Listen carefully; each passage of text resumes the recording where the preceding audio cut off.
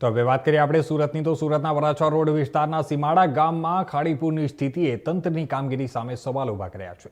ભારે પાણી ભરાવના કારણે 30થી વધુ સોસાયટીઓ પ્રભાવિત થઈ છે અને અનેક વિસ્તારોમાં 5 થી 10 ફૂટ સુધી પાણી ભરાયા છે। રહીશો અને વેપારીઓને ભારે નુકસાનનો સામનો પણ કરવો પડી રહ્યો છે। ત્યારે જણાવી દઈએ કે સ્થાનિકોનો આક્ષેપ છે કે પાણી નિકાલની યોગ્ય વ્યવસ્થા ન હોવાના કારણે દર વર્ષે આવી પરિસ્થિતિ સર્જાય છે। હવે અસરગ્રસ્ત જે વિસ્તારો છે ત્યાં રાહત અને નુકસાનના સર્વે માટે તંત્રની કામગીરી ઉપર સોની નજર છે। સુરતમાં જે વરસાદે કહેર વર્તાવ્યો છે એ કેટલો અને કેવો કહેર છે એ દ્રશ્યોમાં જોઈ શકાય છે। સીમાડા BRTS રૂટ ઉપર આવેલી આ શુભમ પાર્ક સોસાયટી આખી સોસાયટી અત્યારે પાણીમાં ગરક થઈ ગઈ છે। અહીંયાના રહીશોએ ગઈકાલની આખી રાત અને આજનો આખો દિવસ આવી જ રીતે પાણીની વચ્ચોવચ્ચ કાઢ્યો છે।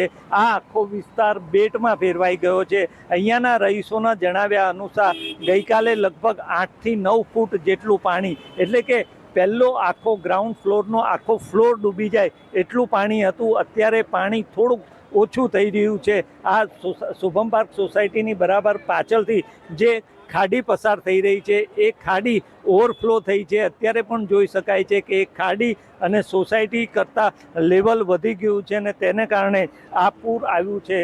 આ ખાડીમાં જે પાણી આવે છે એ કામરેજ વિસ્તારનું પાણી આવે છે અને કામરેજ બારડોલી વિસ્તારમાં ગઈકાલે લગભગ 22 ઇંચ જેટલો ભારેથી અતિ ભારે વરસાદ પડ્યો હતો। તેનું પરિણામ એ આવ્યું છે કે તમામ પાણી આ ખાડીમાં આવ્યું ને એ ખાડી અત્યારે પણ ઓવરફ્લો થઈ રહી છે।